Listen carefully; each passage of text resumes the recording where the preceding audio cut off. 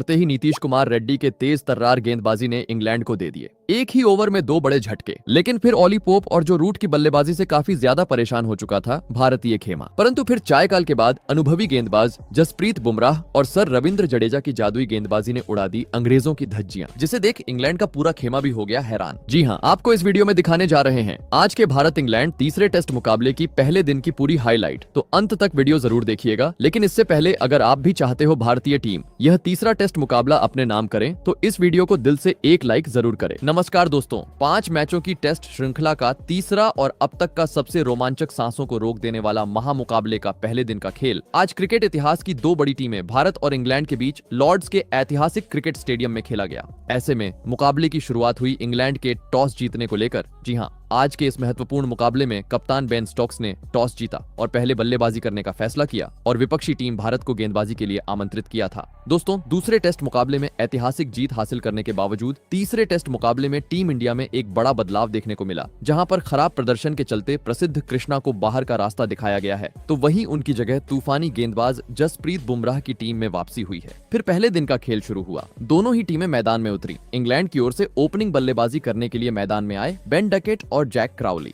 और आते ही दूसरे ही ओवर में इंग्लैंड के ओपनिंग बल्लेबाज बेन डकेट ने गेंदबाजी करने आए आकाशदीप के खिलाफ अपना हाथ खोला और गेंद को पीछे की ओर ढकेलते हुए शानदार तरीके से चौका बटोर लिया और अपने पारी का आगाज कर डाला। लेकिन दोस्तों, इसके बाद जसप्रीत बुमराह और आकाशदीप की घातक गेंदबाजी ने पूरी तरीके से इंग्लैंड के दोनों ही ओपनिंग बल्लेबाजों को परेशान कर दिया। जी हाँ, लॉर्ड्स के इस खूबसूरत मैदान पर पहले सेशन में टीम इंडिया के तेज गेंदबाजों को काफी ज्यादा मदद देखने को मिल रही थी, जिस कारण कभी जसप्रीत बुमराह की गेंद अंदर बाहर जाती हुई दिखाई दे रही थी, तो कभी आकाशदीप अपने गेंदबाजी से समय समय पर इंग्लैंड के ओपनिंग जोड़ी को परेशान करते जा रहे थे, जिस कारण काफी ज्यादा जूझते हुए अब दोनों ही बल्लेबाज नजर आने लगे थे। लेकिन दोस्तों, इसी बीच 5वें ओवर की चौथी गेंद पर बेन डकेट ने एक बार फिर अपने बल्लेबाजी का नजारा पेश किया और जसप्रीत बुमराह के खिलाफ सामने की ओर एक जोरदार शॉट जड़ते हुए चौका लगा दिया। दोस्तों, भले ही दोनों ही बल्लेबाज पहले ही गेंद से संघर्ष करते हुए आज भारतीय गेंदबाजों के खिलाफ नजर आ रहे थे, लेकिन अच्छी बात यह थी कि अब 30 मिनट का खेल बीत चुका था, जिस कारण अब दोनों ही बल्लेबाज समझ चुके थे कि गेंद किस तरीके से आ रही है। और दोस्तों, इसी के चलते मैच के 8वें ओवर में पहली बार इंग्लैंड के ओपनिंग बल्लेबाज जैक क्राउली ने अपना बेहतरीन अंदाज दिखाया और गेंदबाजी करने आए आकाशदीप के खिलाफ एक ही ओवर में लगातार 3 गेंदों को सीधे सीमा रेखा के पार पहुंचा दिया। दोस्तों, आज टीम इंडिया के कप्तान शुभमन गिल ने दिन की शुरुआत में जसप्रीत बुमराह और आकाशदीप को गेंदबाजी आक्रमण पर लगाया था, लेकिन पिछले ओवर में 3 चौके खाने के चलते आकाशदीप को शुभमन गिल ने गेंदबाजी आक्रमण से हटाया और गेंद थमाई मोहम्मद सिराज को। लेकिन दोस्तों, पहले ही ओवर में स्ट्राइक पर मौजूद जैक क्राउली ने मोहम्मद सिराज का समाचार लिया और ओवर की तीसरी गेंद पर एक खूबसूरत कवर ड्राइव करते हुए शानदार चौका लगा दिया। दोस्तों, धीरे धीरे अब यह ओपनिंग जोड़ी के बीच एक शानदार साझेदारी पनपती हुई मैदान पर नजर आने लगी थी, जिस कारण टीम इंडिया के कप्तान शुभमन गिल ने और एक बदलाव गेंदबाजी में किया और गेंद थमाई ऑलराउंडर खिलाड़ी नीतीश कुमार रेड्डी को। और दोस्तों, नीतीश कुमार रेड्डी ने भी आते ही कप्तान शुभमन गिल का फैसला सही साबित भी करके दिखाया। जी हाँ, भले ही ओवर की दूसरी गेंद पर बेन डकेट ने नीतीश कुमार रेड्डी को एक जोरदार चौका जड़ा, लेकिन दोस्तों, अगले ही गेंद पर नीतीश कुमार रेड्डी ने धमाकेदार तरीके से वापसी की और अपनी बाहर जाती हुई गेंद में स्ट्राइक पर मौजूद बेन डकेट को फंसाया और विकेट कीपर ऋषभ पंत के हाथों कैच आउट करवाते हुए इंग्लैंड को इस मुकाबले का पहला झटका दे दिया। आपको बता दें, इस पहली पारी में बेन डकेट 40 गेंद में 23 रन की पारी खेल आउट हुए, जिसमें उन्होंने 3 जोरदार चौके जड़े। ऐसे में दोस्तों, जल्दी ही बेन डकेट के रूप में बड़ा झटका लग जाने के बाद अब इंग्लैंड की ओर से मैदान में उतरे ऑली पोप। लेकिन दोस्तों, नीतीश कुमार रेड्डी की घातक गेंदबाजी यही नहीं रुकी। जी हाँ, क्योंकि जैसे ही बेन डकेट को रेड्डी ने पवेलियन का रास्ता दिखाया, एक गेंद बाद ही नीतीश कुमार रेड्डी ने उनके साथ ही बल्लेबाज जैक क्राउली को भी अपने घातक गेंदबाजी के जाल में फंसाया और विकेट कीपर ऋषभ पंत के हाथों कैच आउट करवाते हुए एक ही ओवर में इंग्लैंड को दोहरा झटका दे दिया। आपको बता दें, जैक क्राउली 40 गेंद में 18 रन की पारी खेल आउट हुए। दोस्तों, नीतीश कुमार रेड्डी के गेंदबाजी के आने के चलते एक ही ओवर में इंग्लैंड अब अपने 2 बड़े बल्लेबाजों को गवा चुकी थी, जिस कारण अलग ही जल्लोष अब भारतीय खिलाड़ियों के बीच देखने को मिल रहा था। ऐसे में दोस्तों, दोनों ही ओपनिंग बल्लेबाज पेवेलियन लौट जाने के बाद अब इंग्लैंड की ओर से मैदान में उतरे अनुभवी बल्लेबाज जो रूट। दोस्तों, विकेट मिल जाने के चलते अलग ही कॉन्फिडेंस के साथ गेंदबाजी अब भारतीय खिलाड़ियों के द्वारा मैदान पर देखने को मिल रही थी, लेकिन इसके बावजूद एक छोर से मोहम्मद सिराज खराब लाइन और लेंथ डालते जा रहे थे। और दोस्तों इसी के चलते मैच के 17वें ओवर में इंग्लैंड के अनुभवी बल्लेबाज जो रूट ने अपना बेहतरीन क्लास दिखाया और मोहम्मद सिराज के खिलाफ एक ही ओवर में 2 बेहतरीन चौके लगा दिए। दोस्तों एक छोर से नीतीश कुमार रेड्डी अपने घातक गेंदबाजी से अभी भी इंग्लैंड के बल्लेबाजों को परेशान करते जा रहे थे, लेकिन दूसरी छोर से उनको जैसा चाहिए वैसा साथ नहीं देखने को मिल रहा था। जी हाँ, क्योंकि मोहम्मद सिराज की जगह आकाशदीप एक बार फिर गेंदबाजी पर आए थे, लेकिन खराब लाइन और लेंथ होने के चलते ऑली पोप ने भी अब अपना हाथ खोलते हुए अपने पारी का पहला चौका जड़ दिया था,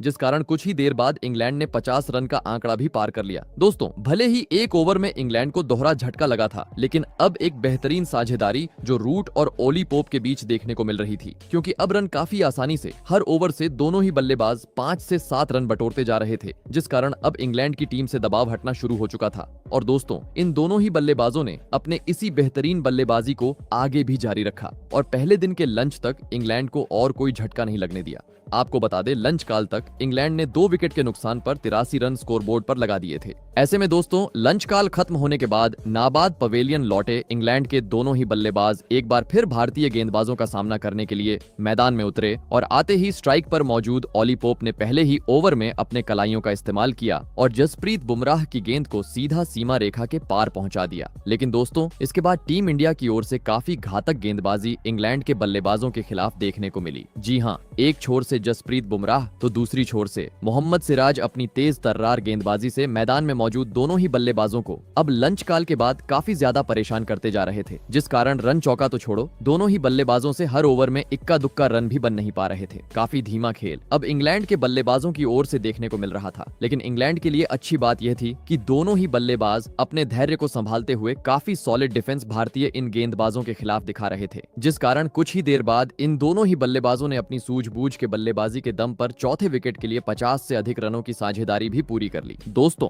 टीम इंडिया के तेज गेंदबाज जसप्रीत बुमराह अब तक 13 ओवर डाल चुके थे, लेकिन सही लाइन और लेंथ पर गेंदबाजी करने के बावजूद वह इंग्लैंड के किसी भी बल्लेबाज को पवेलियन का रास्ता दिखाने में कामयाब नहीं हो पाए थे, जिस कारण लंच के बाद अब पहली बार कप्तान शुभमन गिल ने गेंदबाजी में बदलाव किया और गेंद थमाई ओपनिंग बल्लेबाजों को पवेलियन भेजने वाले नीतीश कुमार रेड्डी के हाथों में। लेकिन दोस्तों अपने इस स्पेल में नीतीश कुमार रेड्डी कुछ खास लय में नहीं नजर आ रहे थे। जी हाँ, क्योंकि इंग्लैंड के बल्लेबाज पूरी तरीके से सेट थे, जिस कारण ऑफ साइड रहो या लेग साइड दोनों ही बल्लेबाज काफी समझ पूर्वक बल्लेबाजी करते जा रहे थे। और दोस्तों इसी बीच मैच के 37वें ओवर में लंबे अंतराल बाद जो रूट ने अपना बेहतरीन अंदाज दिखाया और मोहम्मद सिराज के खिलाफ कवर ड्राइव जड़ते हुए शानदार चौका लगा दिया और साथ ही इंग्लैंड के स्कोर को भी 100 रन के पार पहुंचा दिया। दोस्तों इंग्लैंड की इस एक साझेदारी ने पूरी तरीके से अब भारतीय गेंदबाजों के साथ टीम को भी दबाव में डाल दिया था, क्योंकि सेट होने के चलते अब इंग्लैंड के इन दोनों ही ढाकड़ बल्लेबाजों से खराब गेंद पर जोरदार शॉट भी देखने को मिल रहे थे, जिस कारण मानो जैसे एक तरफा मुकाबला अब मैदान पर देखने को मिल रहा था। जी हाँ, क्योंकि टीम इंडिया के गेंदबाज न विकेट चटकाने में सफल हो पा रहे थे न रनों पर अंकुश लगाने में। और दोस्तों इसी बीच गेंद का शेप चेंज होने के कारण टीम इंडिया के कप्तान शुभमन गिल ने बॉल को चेंज करने की मांग की